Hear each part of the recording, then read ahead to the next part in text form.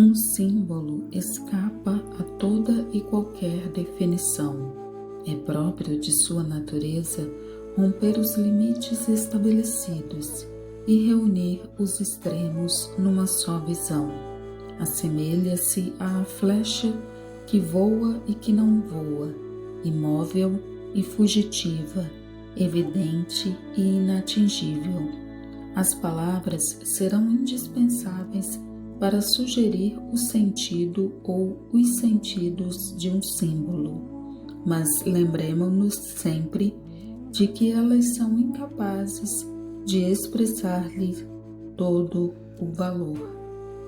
O símbolo entrega-se e foge, à medida que se esclarece, dissimula-se. Os símbolos revelam velando e velam revelando. Sobre cada um dos grandes símbolos, livros inteiros foram escritos e cobririam várias estantes de uma biblioteca. A percepção do símbolo é eminentemente pessoal, não apenas no sentido em que varia de acordo com cada indivíduo, mas também no sentido de que procede da pessoa como um todo. Ora, cada pessoa é, a um só tempo, conquista e dádiva. Ela participa da herança biofisiopsicológica de uma humanidade 1000 vezes milenar, influenciada por diferenciações culturais e sociais próprias ao seu meio imediato de desenvolvimento, e a tudo isso acrescenta os frutos de uma experiência única e as ansiedades da situação que vive no momento. O símbolo tem precisamente essa propriedade excepcional de sintetizar, numa expressão sensível, todas as influências do consciente, todas as influências do inconsciente e da consciência, bem como das forças instintivas e espirituais em conflito ou em vias de se harmonizar no interior de cada homem. O emprego da palavra símbolo revela variações consideráveis de sentido. Para precisar a terminologia utilizada, é importante fazer a distinção entre a imagem simbólica e todas as outras com as quais ela é confundida com demasiada frequência. Dessas confusões resulta uma diluição do símbolo, que acaba por se degradar e se transformar em pura retórica, academicismo ou banalidade. O símbolo anuncia outro plano de consciência que não o da evidência racional. É a chave de um mistério, o único meio de se dizer aquilo que não pode ser apreendido de outra forma. Ele jamais é explicado de modo definitivo e deve sempre ser decifrado de novo, do mesmo modo que uma partitura musical jamais é decifrada definitivamente e exige uma execução sempre nova.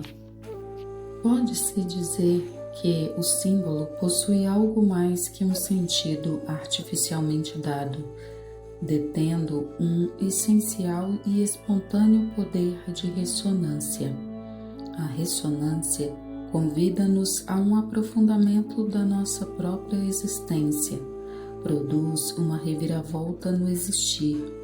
O símbolo é verdadeiramente inovador, não se contenta em provocar ressonâncias e convida a uma transformação em profundidade. O símbolo é, portanto, muito mais do que um simples signo ou sinal, transcende o significado e depende da interpretação, que, por sua vez, depende de certa predisposição. Está carregado de afetividade e de dinamismo. Não apenas representa, embora de certo modo encobrindo, como também de certo modo realiza e anula ao mesmo tempo. Afeta estruturas mentais, por isso é comparado a esquemas afetivos, funcionais e motores, com a finalidade de demonstrar que, de certa maneira, mobiliza a totalidade do psiquismo. A representação no nível da imagem e do imaginário, em vez de situá-lo no nível intelectual da ideia.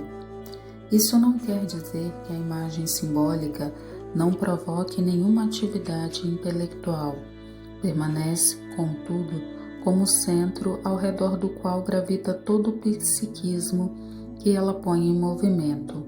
Quando o desenho de uma roda num boné indica que a pessoa é um empregado de ferrovias, a roda não passa de um signo ou sinal.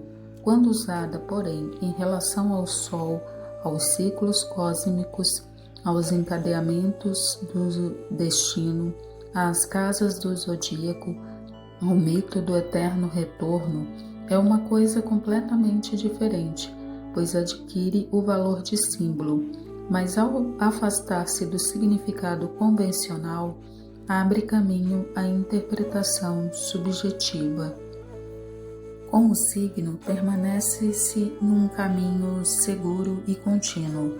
O símbolo supõe uma ruptura de plano, uma descontinuidade, uma passagem a outra ordem.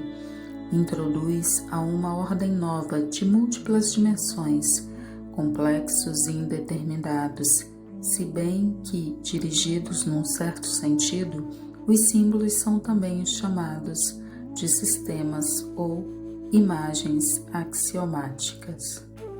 Para Jung, os arquétipos seriam como protótipos de conjuntos simbólicos tão profundamente gravados no inconsciente.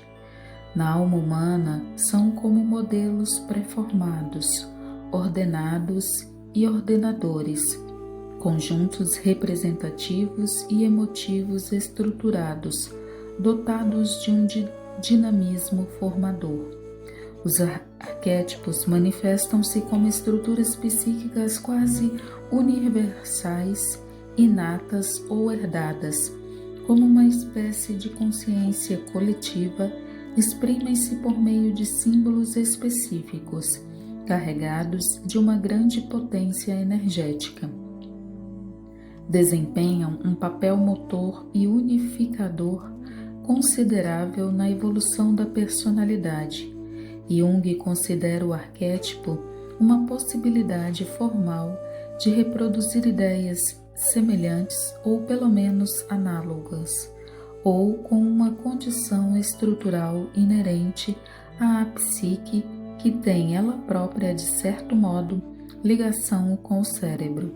Mas o que é comum à humanidade são essas estruturas constantes e não as imagens aparentes que podem variar conforme a época, as etnias e os indivíduos.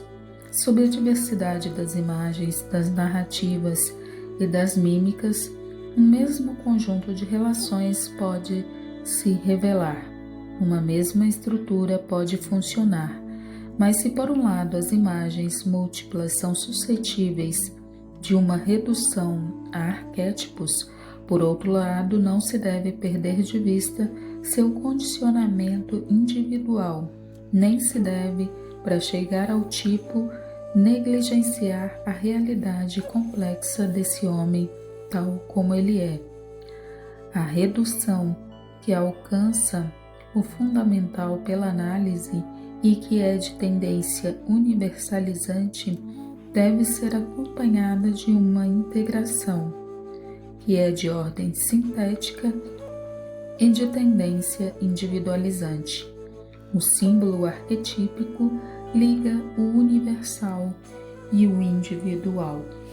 Os mitos apresentam-se como transposições dramatúrgicas desses arquétipos, esquemas e símbolos, ou como composições de conjuntos.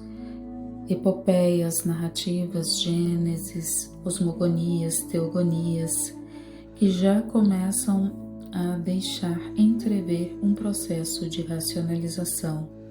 Mircea Eliade vê no mito o modelo arquetípico para todas as criações.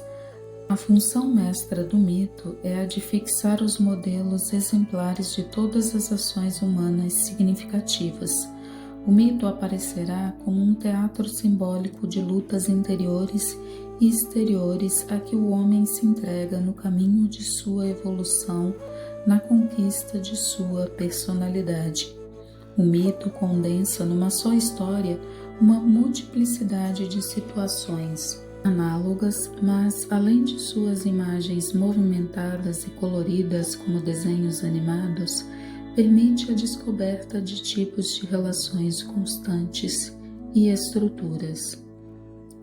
Toda cultura pode ser considerada um conjunto de sistemas simbólicos em cuja primeira linha se situam a linguagem, as regras matrimoniais, as relações econômicas, a arte, a ciência, a religião. Deixo aqui indicações de leituras para quem deseja aprofundar o estudo deste tema. Desejo a você boas leituras e boas reflexões. Até o próximo vídeo.